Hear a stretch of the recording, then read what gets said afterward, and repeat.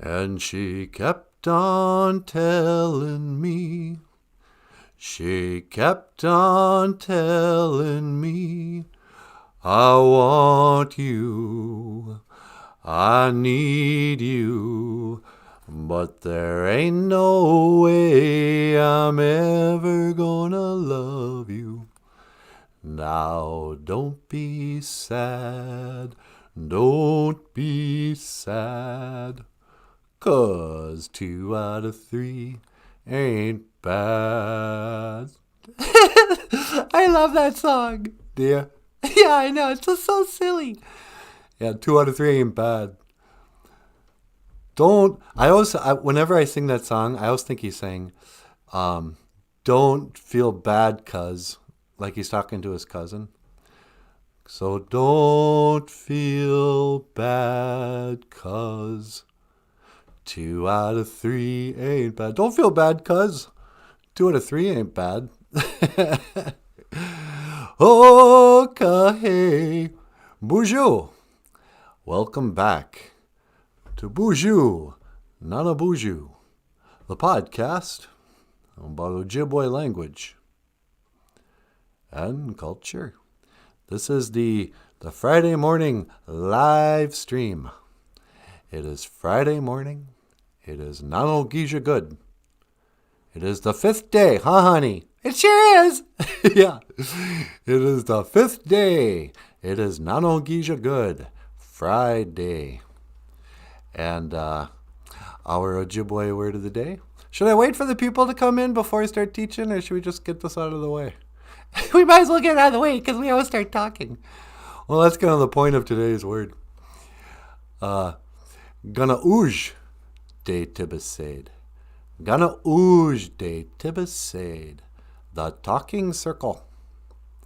You know, back in the days of the grandfathers, and actually just back whenever, even in current times, lots of times the elders would get together and they would be like, we need to discuss an issue. So we will have a circle, a Detibbesaid. And the circle is like a very sacred shape, I guess. You know, we see the circle in a lot. Hey, Jim's here. Bonjour, Jim. We see a lot of circles, like in the powwow circle. There's the drum circle. There's the circle of life. There's a medicine wheel. You know, circles are everything. But a gana ooge de tibbesaid is a talking circle. So the idea was you get a feather or a talking stick or something. And everybody, you'd go around the circle. And when you had that talking stick, you could talk for as long as you wanted. And everybody would listen. But you didn't have to say a thing. You could take that stick and just pass it on. And nobody would give you a hard time. So it was called the talking circle. And old Shady Side Turtle knows what I'm talking about. She says, here I am, Noondao. And I'll watch for my daily dose of goodness. Nah. Bonjour. Mino Giga Jabe. It is so good to see you this morning. We're talking about our conversation circle. The old talking circle. So why did I want to bring up talking circle today? Well, you know what I thought would be fun? We should all get in a circle and talk about Jessica Gonzalez behind her back. Shouldn't we do that, guys? That'd be funny, huh? Let's start a rumor. Well, I heard that... Oh, wait. Oh, crap, she's here. Bonjour, Jessica. Good morning. We didn't know you would be here so early. Hikes. But yeah, nobody was talking behind your back. Nah. Oh, she's laughing with us. So, the talking circle. Well, so the idea anyway was that everybody could chime in. And still, you know, there was still a hierarchy. Some people want to think like, you know, back in the day, the tribes, everybody was equal, you know. Oh, yeah, the women and the children made the same decisions as the Ogama, the chief. Like, I don't think so. I think he listened to whoever. And there was a circle. There was even a circle of elders. You know, they would sit outside and weigh in. But I think when the final decisions came down, it came down to like one guy. He'd be like Sitting Bull going, okay, here's what we're going to do. I listened to your ideas, but we're going to go to war. We're going to die with our boots on. If you want to die, die with your boots on. Anyway, should we take some calls? Yeah, sure.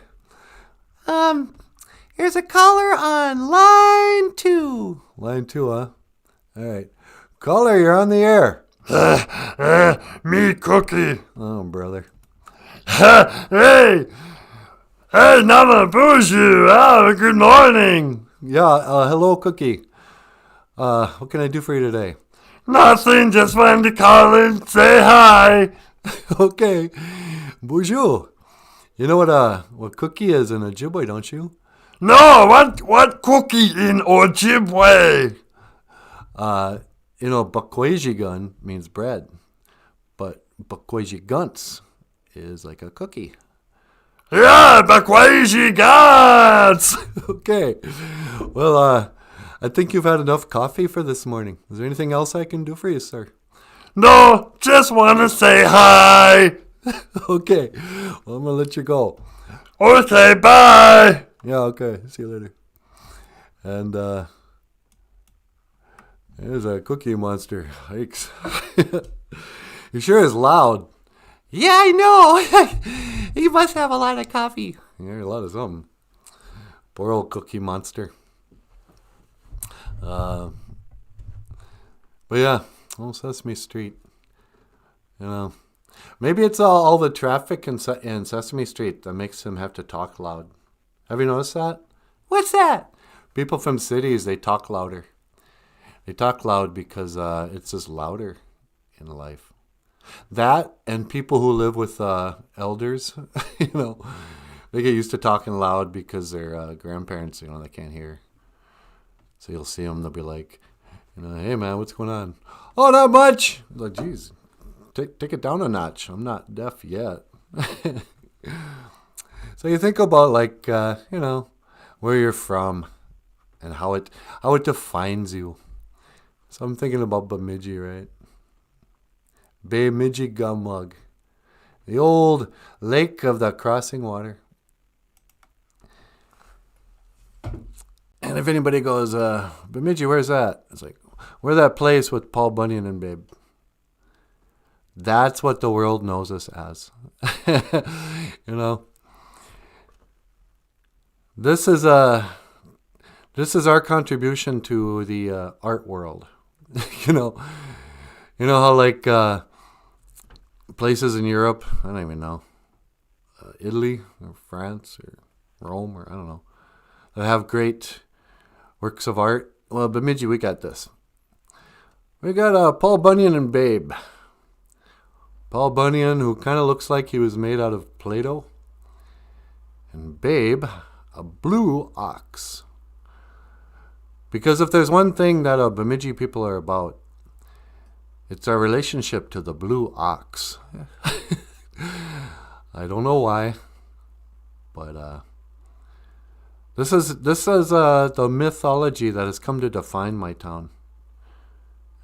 We named our Paul Bunyan Communications. The telephone company is named after Paul Bunyan.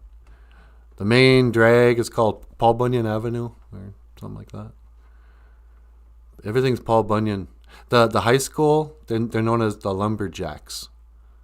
And I don't know if they still do this, but they used to call them the Lumberjills, the girls' team. But what people don't talk about much, and I think is sort of interesting. So that's right down in our main, on the waterfront. This is where they have 4th of July stuff, where the tourists come. But right across the street is a lesser-known character in Minnesota mythology. It's Chief Adolf. We call him Chief Hitler. This is the statue across the street in front of Morale's. Morale's Chippewa Trading Post. I don't know if they still call themselves that, but it used to be called the Chippewa Trading Post. And they sell like beadwork and that. And, you know, I mean, real Indian artwork, you know, because locals bring their stuff there. But that tree's grown up quite a bit. That tree, like, totally covers, I think that tree is taller than Chief Adolf. But he stands across the street and waves at Paul Bunyan, babe. He's like, hey, man, how's it going? Just me, old Chief Adolf. I mean, I've read some people actually call that guy NANABOOZHOO. And some people call him Chief Bemidji. And I got a whole bit on Chief Bemidji I won't bore you with. But he's basically, I've seen that same statue in other cities. It's usually outside of, like, they don't have many of them anymore. But in the old days, you know, the 1970s, you drive across country and gas stations would have these strange, hokey, you know, statues for some reason. But this is Chief Adolf. You know, we don't really approve of his politics. He's kind of a, you know, sort of extreme. But but as liberals, we'll fight to the death his right to say what he wants. Chief Adolf. Don't joke about that. That's very serious. Don't you know there was a Holocaust? Yeah, whatever. You're talking to natives here. Don't talk to us about genocide. This ain't rock and roll. This is genocide. Down, down, down, down. As I pulled you out of the oxygen tent. La da da da da da da da. With your silicone hump and your 10-inch stump. Dress up. So we had our big gig last night. It was so cute. Shady Side says, babe is creepy. Chief Adolf looks uncreepy. Yeah. Yeah, at least Chief Adolf makes some sense. You know, there actually were Indian people.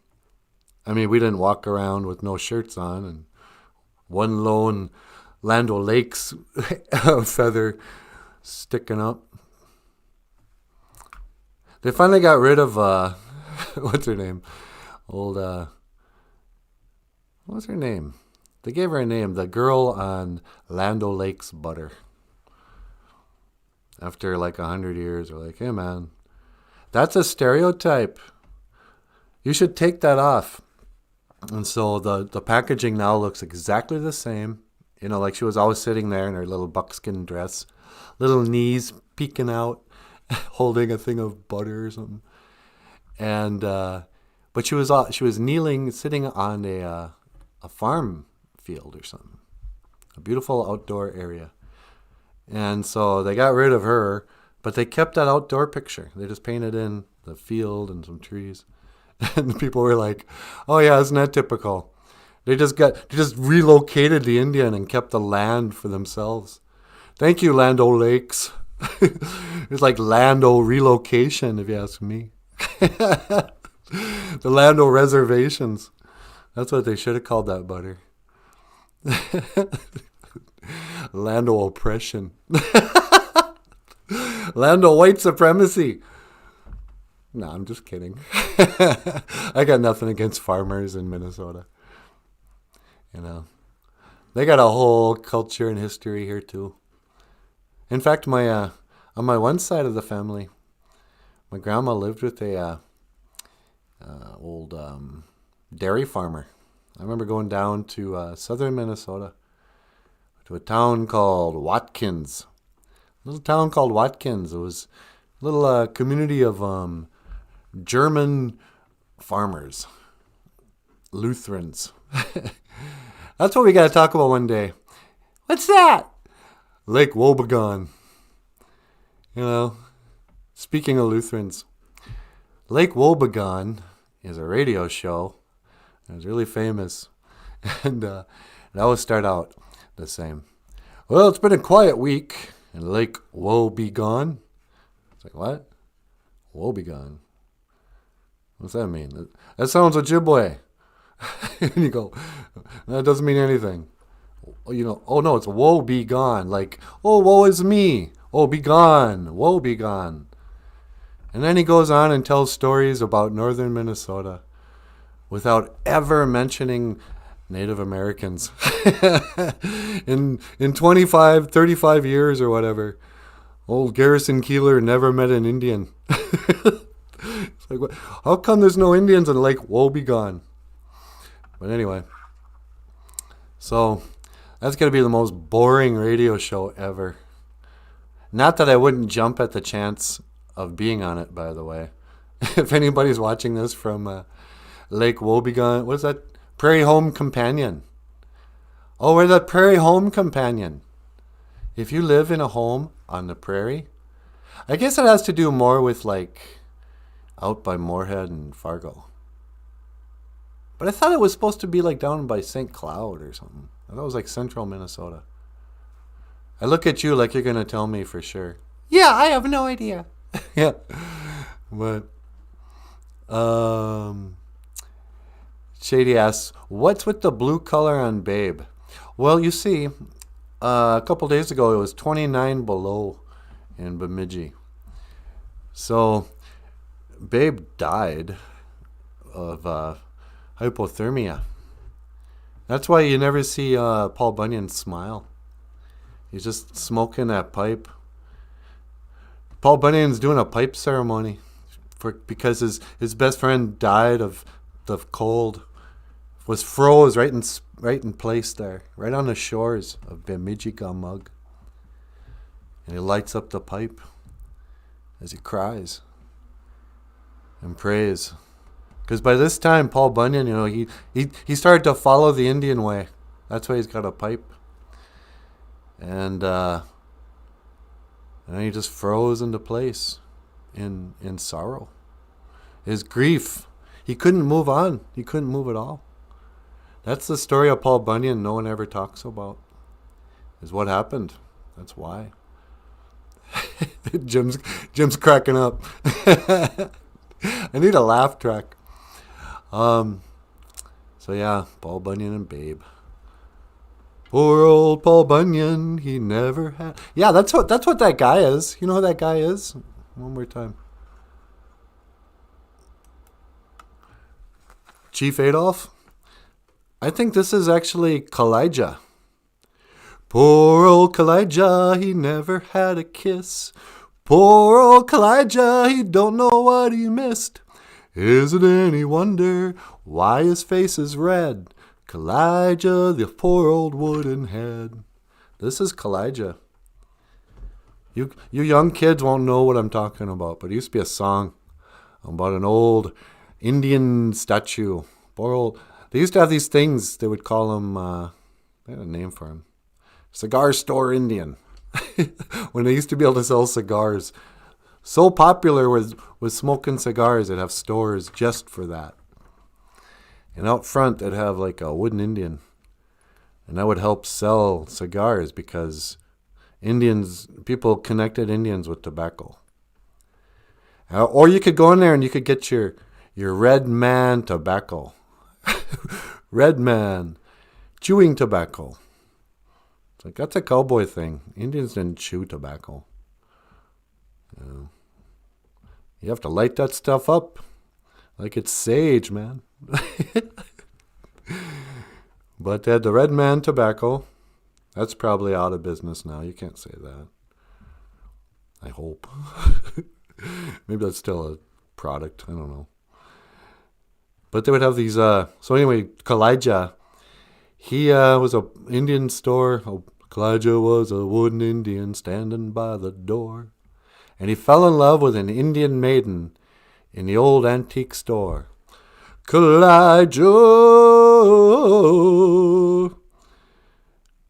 And you get the impression that she was like one of those dolls. Remember when they used to sell those little dolls? It'd be like an Indian girl, and she'd have like a black, hair, and she'd be wearing a little buckskin dress with some beadwork. I don't know if they sell those outside of Minnesota. When you're a little kid, it was like a Indian Barbie kind of. But they were these really popular little Indian dolls. And Kalijah fell in love with her, but he could never tell her how he felt. And so the guy was like, is it any wonder why his face was red? Poor Kalijah was blushing. And nobody could, I think some people were kind of like, is that song racist? But, black guy sang it, so I think it was okay. What was his name? Charlie Parker? Charlie Parr? That one country singer who was black. Kalijah, hiya! He would make these little powwow sounds. Hiya! Hukka, hukka! I don't think he knew what he was doing.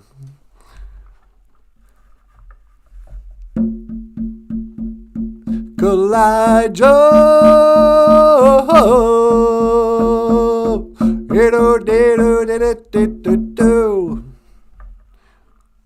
poor Kalijah, you poor old wooden head. Shady Size says, there's a wooden Indian outside a Detroit tavern called Dirty Trick. Hikes. He might have had termites in his legs. Dirty Trick. Yeah. It's weird how things change. I mean, you can't judge the past by the today's standards. But like whatever happened to the old lawn jockeys? People used to put little like figures of black guys who were in jockey outfits or something. I don't know. That's so weird. It's just like putting up those fake flamingos. That was really popular in the 70s. Oh, I finally made it. I got a nice house. I'm a successful person. So I'm going to go out and buy some pink flamingos, some plastic pink flamingos, put them in my front yard, and the neighbors will drive by and they'll be like, oh, wow, look at that guy. He must really be doing well for himself. He's got pink flamingos in the front of his house there. Or maybe that was never a status symbol. maybe I just grew up around white trash people who were like had that as a status. It could be that real rich people, never had pink flamingos, now that I think about it. That's a poor person's idea of being rich. Buying some nice pink flamingos. I just realized I don't know anything about rich people. Oh, that person's really rich. Their car was only owned once before. Must be nice. When you grow up, I didn't grow up poor. But I grew up low class. Like I don't want to say like we had poverty because I never went without food. My parents both worked. We owned a house. I mean, they paid on it or whatever. We had used cars, and we got around just fine. I wasn't poor. But, grew up in a kind of time when you just lived with stuff like you might own a car that you have to shift into neutral as you're braking or else it'll die. And just like rev it so it doesn't die. Or you might have a buddy who's got a car that can only start if you push it down the hill and jump in and pop the clutch and keep it running. That's the kind of poor that I grew up around. Functional. Uh, you can't complain. It's not like we had flies, and bloated bellies or something. We had bloated bellies from drinking too much 3-2 beer. But we didn't, we were as a class in America, we were low class. We weren't even middle class. Middle class people had like vacations, like family vacations. Oh, we're going to go on a trip across the country. It's like, what? Who could afford that? Do you know how much gas is here in 1975? It's like 75 cents a gallon. No, our family vacation would be to camp, in a place within driving distance of the house. We're going to go drive into Park Rapids and put up a tent at a campsite that has a pool. Because then you dirty rugrats can go swimming in somebody's pool. And, your auntie and I can sit here and, get our tan on. I grew up in a place where nobody could afford to buy a Halloween costume. You had to make that stuff. So everybody went as oh, this year I'm going as a bum. Oh, really? What's your costume? Well, I'm wearing my old clothes that are all ripped up. But I took a bandana and I put some stuff in it and I tied it onto a stick. And then I took some, pencil lead and I smeared it on my face so it looks like I have a 3-day beard. And this Halloween, I'm a bum. And you go, you don't really look any different than most days, but okay. Trick or treat, and be like 3 just poor kids dressed as bums, and they're like, is this trick or treat, or are you guys just looking for charity? No. So, Ivan Putski was a real role model for the Polish children. I don't know who that is. There, Jessica says, my mom had a car that she had to stick a pen in or something in the engine to get it to start. Yeah, she probably had to hold up the that butterfly valve. I know what that is. I used to have to do that too. You have to stick it in there to start it, and then pull it out once it started or it flooded. And then Jessica says, remember in Smoke Signals, that car that only drove in reverse? Yeah, that kind of thing. That's totally true. You might have somebody, well, I'm still going to drive it. I can go backwards just fine. Brandy Marie is here. Brandy says good morning. Good morning, Brandy Marie. Natasha says good morning. And Jim says, you feeling old? The good old days? Yeah, exactly. That's all I'm about these days. The good old days. And I know I didn't start this. Everybody, all my elders, all my ancestors. You get to an age where you can't shut up about what it was like when you were young. Shady Side Turtle says, if your above has a heating system, or abode has a heating system, indoor plumbing, occasional electricity, is a clean house with clean food, you have a mansion safe enough to abide in. Yeah, that's just it. I have all those things. And when you compare it to any time in history, as far as we know, and who knows, maybe at one time in history they were really advanced, and then we had to reset. But I'm living like a king. I'm living better than King Henry ever did.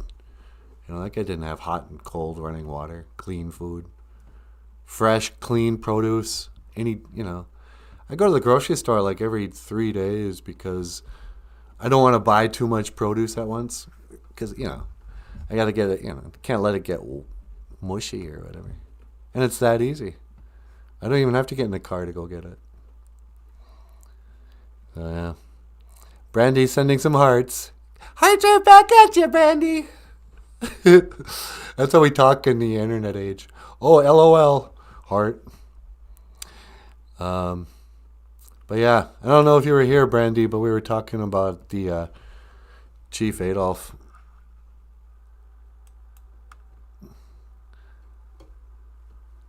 Chief Adolf was a wooden Indian standing by Morel's. He stood by Morel's Chippewa trading post. Chippewa trading post. Hiya! Why do they all think we're like doing karate on the res?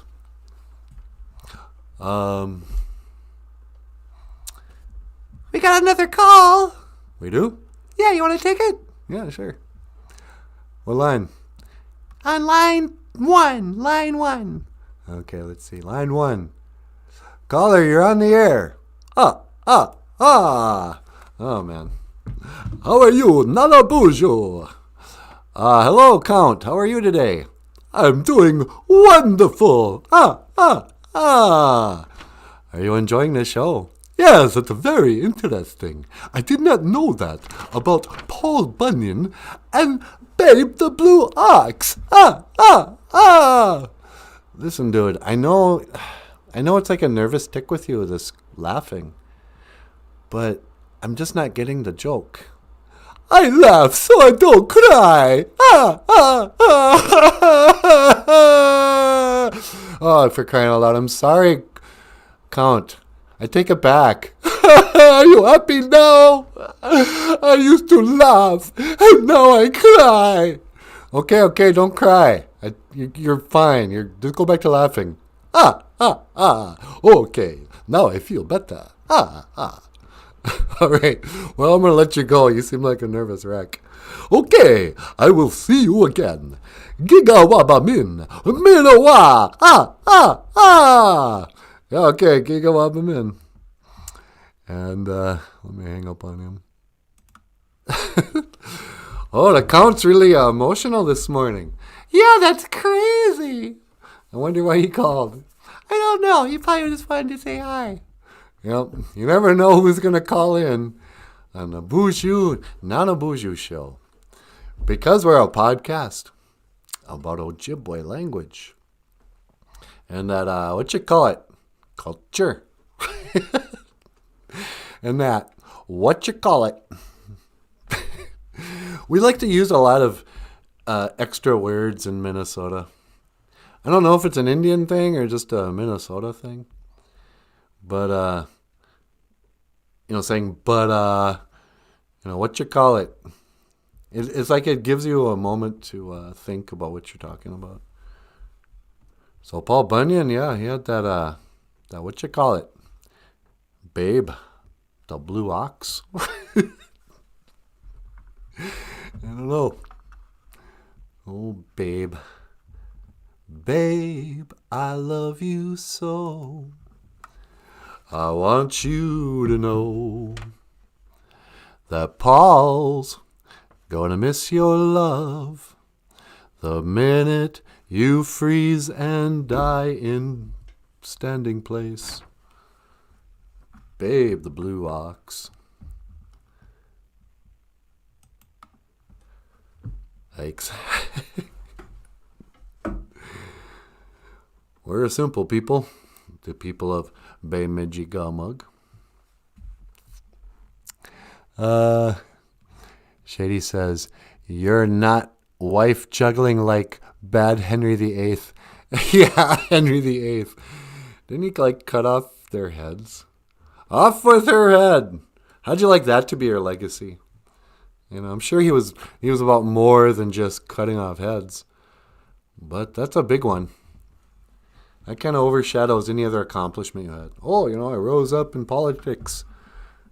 Became king somehow. I don't know if that's how that works, but anyway. Brandy Marie says, I just got here. I know that song. A little bit different, though. Yeah. I have a son whose name is Blue. Oh, that's so cool. Blue. Oh, man, you took it. Nobody's done that before, naming their kid a color, blue. Because, there was the time when somebody was the first person to name their daughter Autumn. And everyone went, oh, that's cool. You name your kid after the season. Autumn. how pretty. You know. But then nobody's taken blue yet. I like it. Let's see. No, I didn't name him after... Oh, she says, I didn't name him after Babe. Did you name it? Yeah, you read my mind.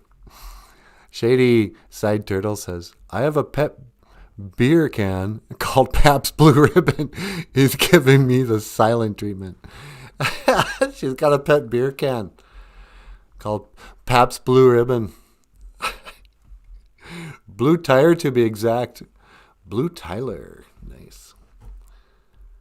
That makes me think of Blue Steel from Zoolander. Does Blue Tyler have a look?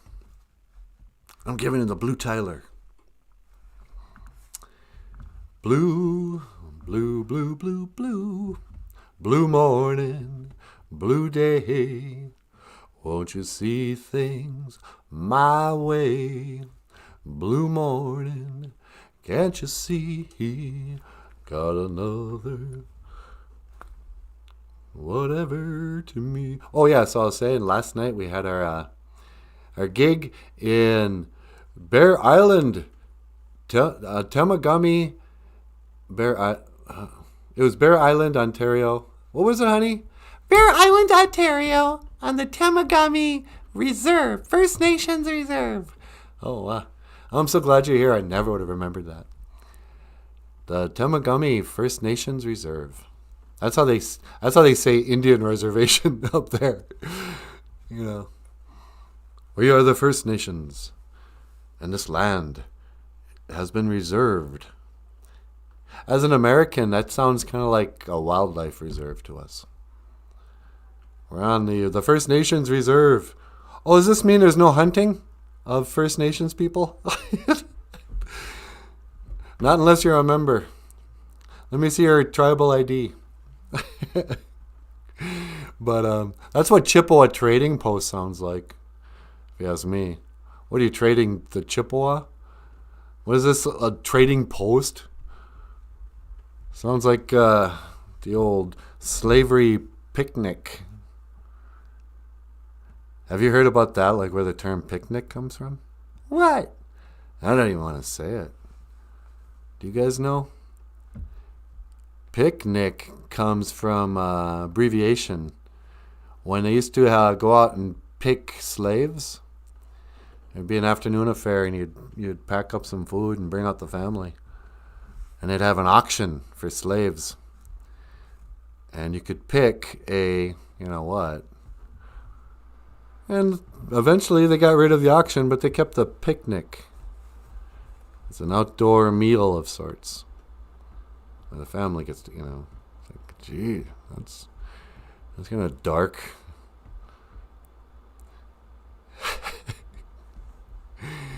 But, I don't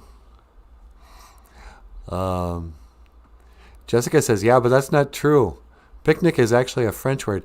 Is that right? Doggone it. Thank you for correcting me. Nope, it's not true, Brandy Marie. That's what I was taught by a bunch of people who are constantly trying to make Indian or people of color angry about America. I learned that not from any kind of reliable source, from some angry social justice warrior in college. Doggone it. I got to quit passing on these old wives' tales. It's just like the word squaw. We were talking about that the other day. Oh, squaw, what that means. That's the French word for a woman's private parts. And you look up the word, no, it's not. So, well, that's what they meant when they called the Indian women that. It's like, nope. That's just short for Miss Squaw. And that means red. That's why it's called Squaw Lake. It used to be called Miss Squaw Lake, probably. It's probably called Red Lake. But somebody hears something, it's like, oh yeah, you know what?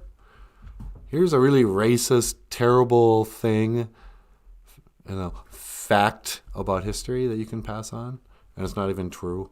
Oh, okay. Like I'm trying to. I never knew anything about the Civil War.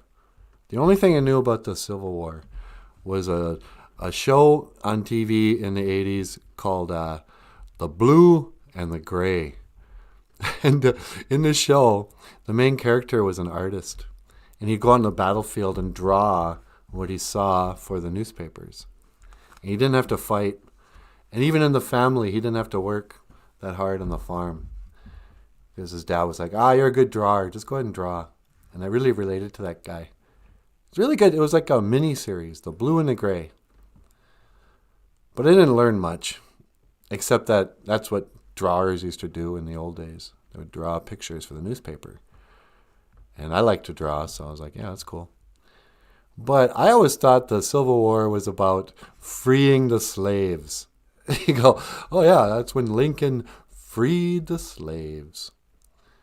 And the South, they all loved slavery. And they were like, no way, man. You're not taking away our slaves. We'll fight you to the death. And so we had a civil war. And in the end, Lincoln won and made them free their slaves. You know, when you grow up and you got to finally go, wait a second, what? Really? Is that what actually happened? Because now you're telling me only 1% of people in the South even had slaves? Why did everybody rise up and fight their own cousins from the North for like some slave-owning plantation guy they probably hate?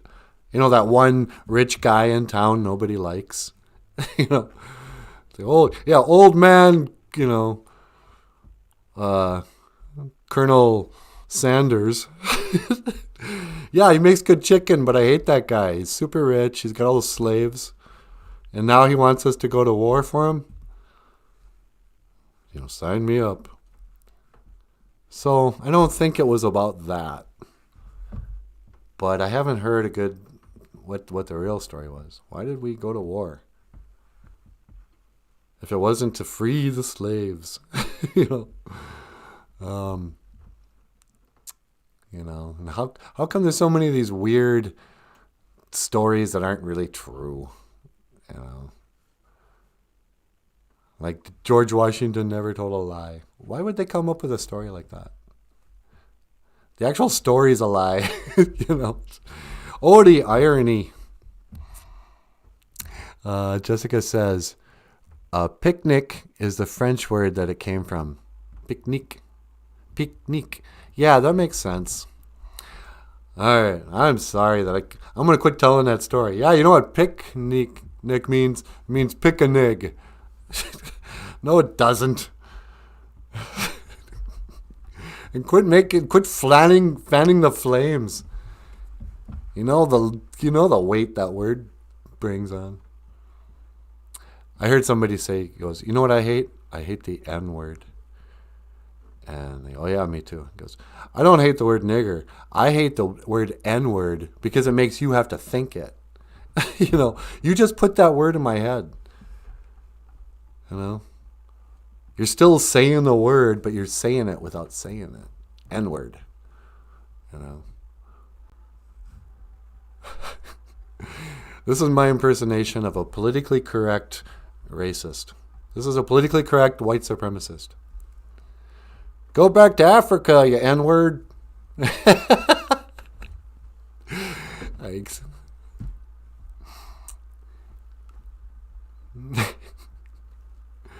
What are you smoking a peace pipe, you dirty indigenous American? The politically correct white supremacist. You like that firewater, don't you? You Anishinaabe, you know, like he doesn't want to say Indian, you know, but he still has those opinions.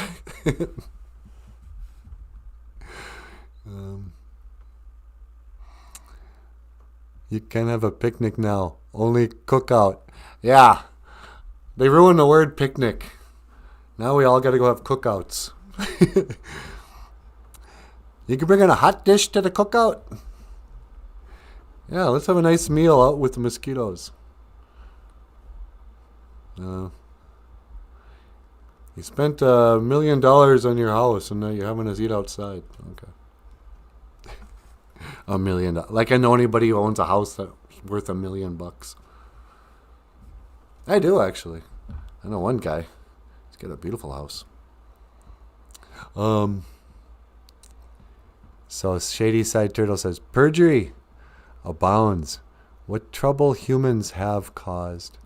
My N-word is Norfolk. Shady Side's N-word is Norfolk. That's pretty good. Yeah. I mean, I don't know. I do kind of appreciate that about Indian people. It's hard to offend us with words, Like, we're the first. I've said this before, but like the term savage. Everyone's like, well, what would be the N-word for Indians if Indian's not it? A savage, probably, huh? Because in all those old books, it's like, oh, those savages. And then, you realize that the only people who've ever called any Indians savages are like your mom and your grandma and your auntie. Calm down, you savs. You want me to turn the car around? Why can't you behave in church? Bunch of savs. It's not really a word that anybody's used since the Victorian times to it's not an insult for someone not to be refined and to know the proper ways of behavior in, European society. Oh, you savages. Don't you even know anything about Beethoven? Bunch of savages. I bet they never even heard of William Shakespeare. How can... They're barely animals. Let's make them a mascot. You know what caused all that, I think? I think the mascots... We became mascots when we allowed them to put us on reservations. We were part of the the Department of Wildlife Resources or something.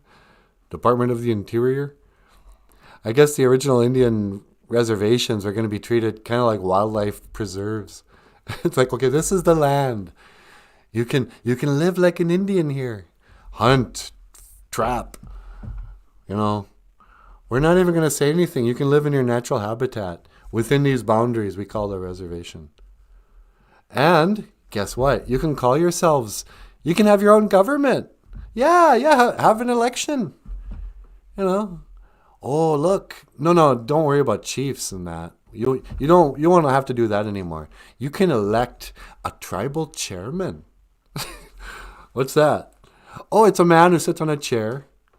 You mean like a chief? Kinda like a president. And then you can become, the First Nation. You can become a nation like the United States of America. Okay, but we get to keep this land. This is our own land, right? Well, yes and no. Think of it like a kid's bedroom. This is your bedroom. These are your boundaries. We're going to respect your room. Respect your privacy. But you're still living in our house. We are the United States government. But this is your reservation. People don't want to wake up to that idea too. So what does that mean? We are a sovereign people. Are you? Do you have sovereignty in your land? In your little wildlife reserve? What if you wanted to change the rule? What if you wanted to build a wall?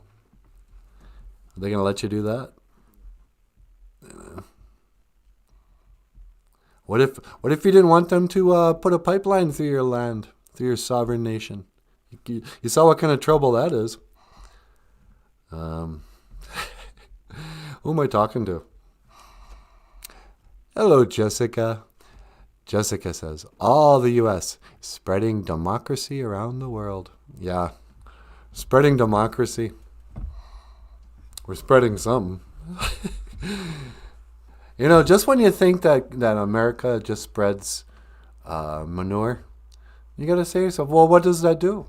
It helps to fertilize and make things grow. Through the United States, fertilizing the whole world, we will make something beautiful grow. I don't really believe that. But what do I know?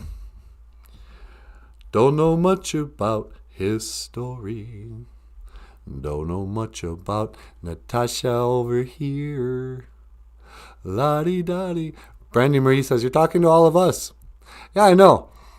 Sometimes I talk to you guys, and sometimes I'm like talking to some sort of hypothetical, arbitrary future viewer who's like got like a negative attitude. It's like, oh, really? And it's like cut talking right back, and so I have to answer him. Oh, is that right? You know, I don't know why. My inner voice, I guess. So, well, the hour is winding down, you guys, already. And Natasha's just sitting there looking cute, but she hasn't been on camera all night. All night. I don't even know what time of day it is anymore. It's so dark and cold. It doesn't even matter. Sweetie, you want to come over and say bonjour to the ladies? And Jim? I'd love to. All right. Hey, you guys, I'm going to go over there and finish my coffee. It's probably cold now. As my coffee goes cold. I want to say a special miigwech today to Brandy Marie. I got your package. I got a little present for you in the mail. And, but miigwech so much. I really appreciate it. Actually, I don't appreciate it all. Michael appreciates it. Don't you, Michael? Yeah, thank you so much, Brandy Marie. It was really sweet of you. I had a great birthday. He says thank you. And so, without further ado, Michael, would you mind carrying me over there and setting me down so I can finish my coffee? Yeah, sure. All right. I will see you again. Gigawabamin, Minowa. Okay. La-di-da-di. Hey, okay. Oh, there's my coffee. Yeah, it's kind of cold. Yeah, well, it's been sitting there for almost an hour. Yeah. So, Natasha, you ready to come on and say hello to the girls? Yeah, hold on just 1 second here. I want to fix my hair in the mirror. All right. What are you going to talk about? Probably not much. We only have 10 minutes left. All right. Did you have fun at the show last night? Oh, the show was so fun. Yeah, I'll tell them about what happened with those kids and stuff, and the question that one boy asked you. What question was that? You know, about whether or not you were famous. Oh, yeah, that was funny. Yeah, you can tell them that story if you want. Okay. Why am I so short? You're strangling me.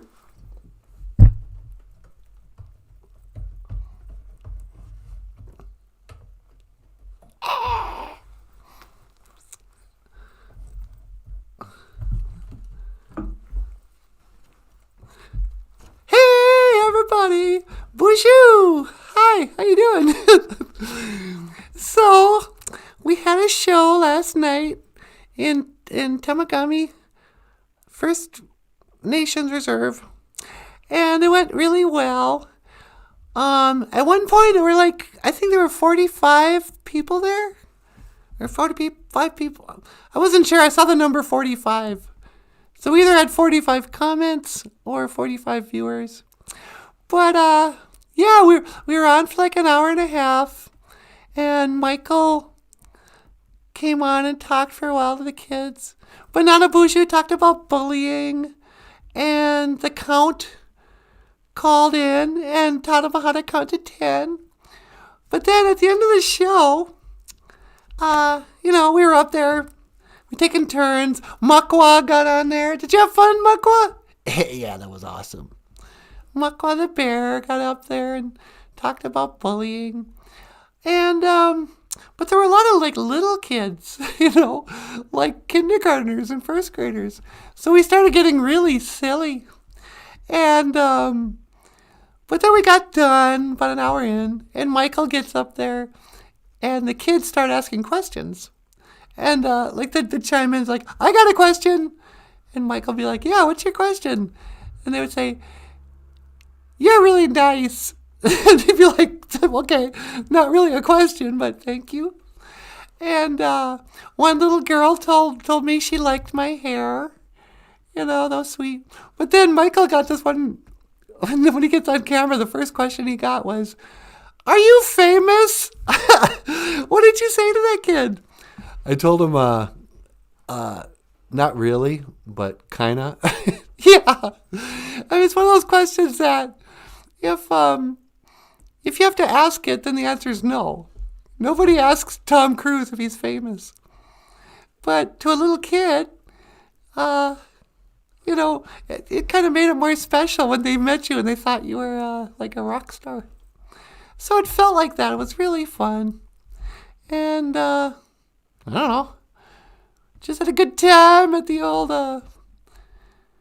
live stream Zoom show. I get nervous for these shows at night. I don't get nervous for the morning shows anymore. I just can't wait to do them. We're sitting around going, is it 6 o'clock yet? What are we going to talk about? Oh, I don't know. Don't go on yet. Nobody's up.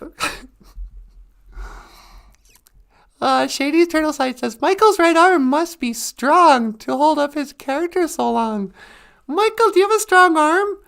The mic stand helps. He says the mic stand helps. I don't know what that means. It's just my backbone. Anywho. So, Michael, you want to come up for the last 4 minutes and say hello to everybody? Yeah, sure. Okay, everyone. Well, I just wanted to stop in and say BOOZHOO. And,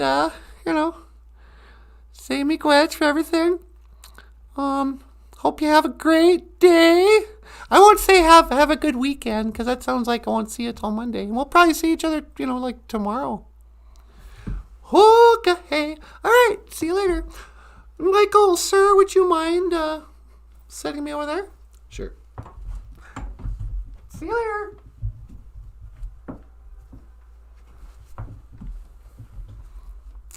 Hi. So, Friday. Good morning, everyone. Last night's show went really well. And,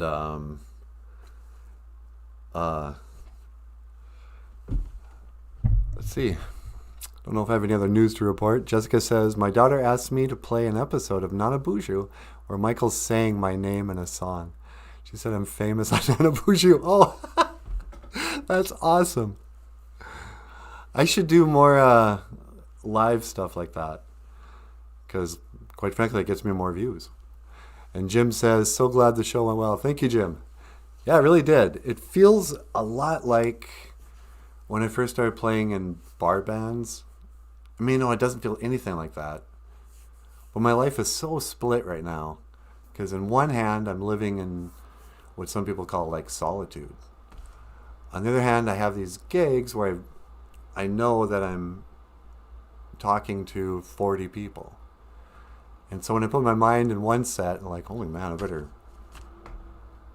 pressure's on. There's 40 people watching. If I sang a song in front of 40 people, I'd be very nervous. And so sometimes online, I feel that way. But for some reason in the mornings, it just feels like I'm sitting, not by myself, but like I'm making a phone call or something. I don't know, it feels different in the morning. Oh, you know what it is? I'm not being paid. I guess I feel more pressure when they're like, hey, will you do this show for us for this amount of dollars? Okay. So yeah, it just feels like if I was in a garage band and we had like a good gig, and that our calendar was starting to fill up with good little, my YouTube show is starting to pay like a part-time garage band. Well, that's about as much time as we have for today. One more time, our Ojibwe word is GOFUNDME de Tibesaid, a conversation circle or a talking circle. GOFUNDME is like to converse. And That's what these little morning coffee get together with the BOOZHOO crew feels like for me. So thank you so much for watching. Miigwech chi miigwech ganawabi egg. BOOZHOO NANABOOZHOO. My name is Michael Lyons. Michael Lyons, Nindijanakaz. I will see you again. Gigawabamin. Minawa. Hoa.